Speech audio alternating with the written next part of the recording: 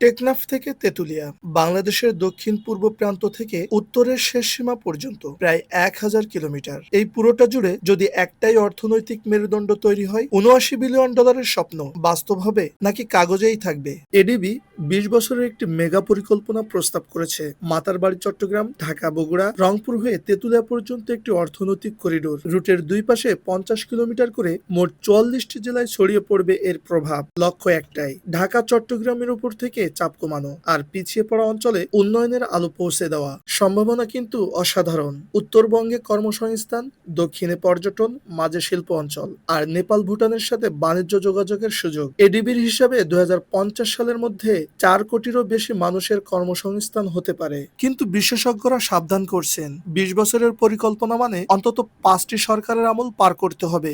বাংলাদেশে সরকার বদলালে প্রকল্পের গতিপথ বদলায়, এটা ইতিহাস বলে। তার উপর এত বড় পরিকল্পনা একটি মন্ত্রণালয় কিভাবে সামলাবে? পরিবহন, স্বাস্থ্য, শিল্প সব মিলিয়ে দরকার একটি শক্তিশালী কেন্দ্রীয় সমন্বয়, যা এখনো নেই। স্বপ্নটা বড়, উদ্যোগটা সাহসী, কিন্তু বাস্তবায়নের পথটা দীর্ঘ এবং কঠিন। টেকনাফ থেকে তেঁতুলিয়ার এই যাত্রা সফল হবে কিনা তা নির্ভর করবে রাজনৈতিক সদিচ্ছা, সুশাসন আর দীর্ঘমেয়াদী প্রতিশ্রুতির উপর।